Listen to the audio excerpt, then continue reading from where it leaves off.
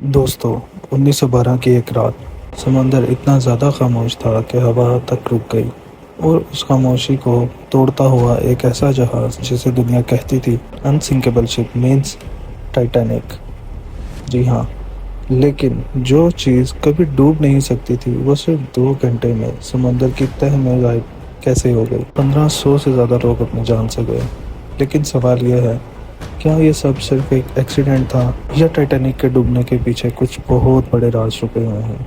आज हम डिटेल में बात करेंगे टाइटैनिक के सफ़र, उसके डूबने के पल पल के वाक़यात और उन सब कॉन्स्पिरेसीज पर जो आज तक इस कहानी को एक डार्क मिस्ट्री बनाती हैं। अस्सलाम वालेकुम friends, welcome to park match.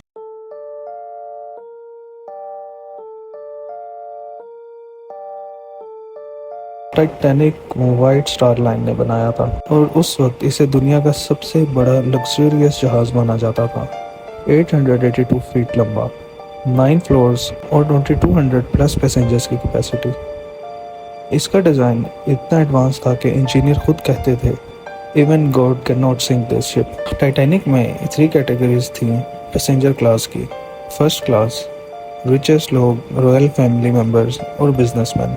Second class for normal professionals. Third class गरीब और इमिग्रेंट्स जो अमेरिका नई जिंदगी के लिए जा रहे थे। टाइटैनिक एक फ्लोटिंग सिटी थी, swimming pools, squash courts, gym, luxury cabins.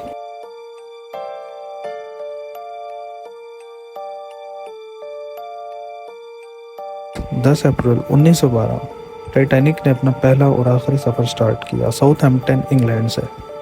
फिर फ्रांस और आयरलैंड रुक कर वहाँ से पैसेंजर्स लिए और अपनी मंजिल न्यूयॉर्क की तरफ रवाना हो गया। हर पैसेंजर अपनी अलग अलग स्टोरी के साथ इस जहाज़ पर सफ़र कर रहा था। किसी ने अपना फ्यूचर अमेरिका में देखा था, किसी ने अपनी इन्वेस्टमेंट सिक्योर करनी थी और किसी ने लग्जरी लाइफ एंजॉय करनी थी।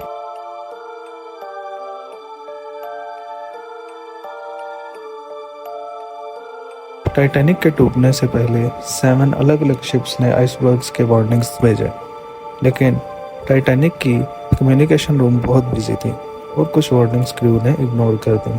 टाइटैनिक शिप के कैप्टन स्मिथ को भी यही लगता था कि टाइटैनिक बहुत स्ट्रांग है और स्पीड स्लो करने की कोई ज़रूरत नहीं। आयरॉनिकली टाइटैनिक अपने पहले सफ़र में ही वर्ल्ड स्पीड रिकॉर्ड तोड़ने की कोशिश कर रहा था।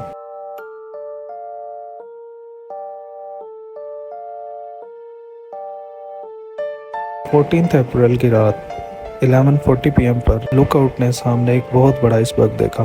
उन्होंने फौरन सेफ्टी अलार्म्स बजाए और कंट्रोल रूम को इन्फॉर्म किया।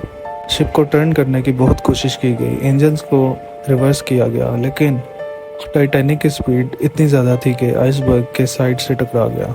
आइसबर्ग ने टाइटैनिक शिप के साइड पर 300 फीट वाइड होल कर दिया और 5 कंपार्टमेंट्स एक साथ खुल गए। टाइटैनिक का डिज़ाइन सिर्फ 4 कंपार्टमेंट्स तक वाटर को टॉलरेट कर सकता था, लेकिन 5th के खुलने से एक न्यू गेम स्टार्ट हो गई।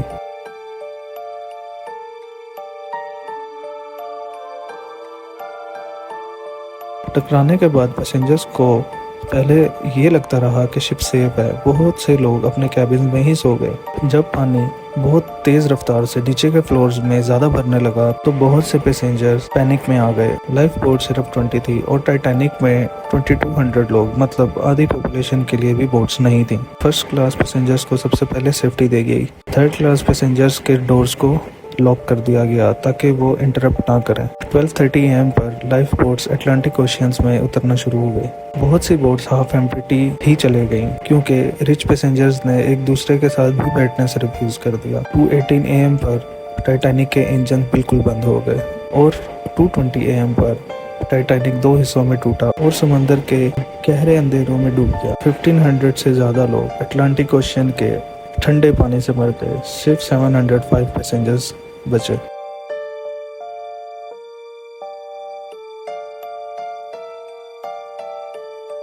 Insurance scam. टाइटैनिक की सिस्टर शिप ओलंपिक पहले ही क्रैश हो चुकी थी और रिपेयरेबल नहीं थी। थ्योरी ये है कि ओलंपिक को टाइटैनिक के नाम से सेल करवाया गया और जानबूझकर उसे सिंक कर दिया गया ताकि इंश्योरेंस क्लेम हो सके। टाइटैनिक में कुछ बहुत बड़े बिजनेसमैन सवार थे जो फेडरल रिजर्व सिस्टम के अगेंस्ट थे। टाइटैनिक का ओनर JP मॉर्गन, जो लास्ट मोमेंट पर ट्रिप कैंसिल कर गया। लेकिन उसके राइवल्स जैसे John Jacob Astor, Isidor Straus ship पर सवार रहे और मर गए। इस थ्योरी के मुताबिक टाइटैनिक एक असैसिनेशन प्लॉट था। टाइटैनिक के कोल बंकर्स में बहुत दिनों से आग लगी हुई थी जो कि छुपाई गई। ये फायर स्टील को वीक करती जा रही थी। जब आइसबर्ग के साथ टाइटैनिक कोलैप्स हुआ, स्टील ज्यादा जल्दी टूट गया। इंक्वायरी में सब ब्लेम आइसबर्ग पर डाल दिया गया। व्हाइट स्टार लाइन और गवर्नमेंट्स ने अपनी गलतियों को छुपाने के लिए असल वजह कभी एक्सेप्ट नहीं की।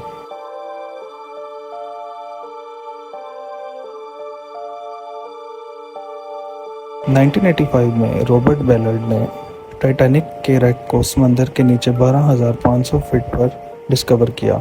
शिप दो हिस्सों में टूटकर पड़ा हुआ था और अब भी आहिस्ता आहिस्ता समंदर के करंट और बैक्टीरिया उसे खा रहे हैं। हर साल नए एक्सपीडिशंस होते हैं जहां कैमरास और सबमरीन्स टाइटैनिक के इंटीरियर्स को रिकॉर्ड करते हैं। दोस्तों, टाइटैनिक का डूबना सिर्फ एक हादसा नहीं था, ये इंसानी हिस्ट्री का सबसे बड़ा सवाल बन गया। एक्सीडेंट था या कॉन्स्पिरेसी, इंश्योरेंस फ्रॉड था या एक बहुत बड़ी प्लानिंग। असल सच शायद कभी सामने ना आ सके, लेकिन टाइटैनिक की कहानी हमेशा एक वार्निंग रहेगी कि इंसान चाहे टेक्नोलॉजी में कितना भी एडवांस हो जाए, नेचर के सामने हमेशा हर टेक्नोलॉजी छोटी रहेगी। आपको क्या लगता है? कमेंट्स में ज़रूर शेयर करें और अगर आपको ये वीडियो पसंद आई हो तो सब्सक्राइब करना ना भूलें।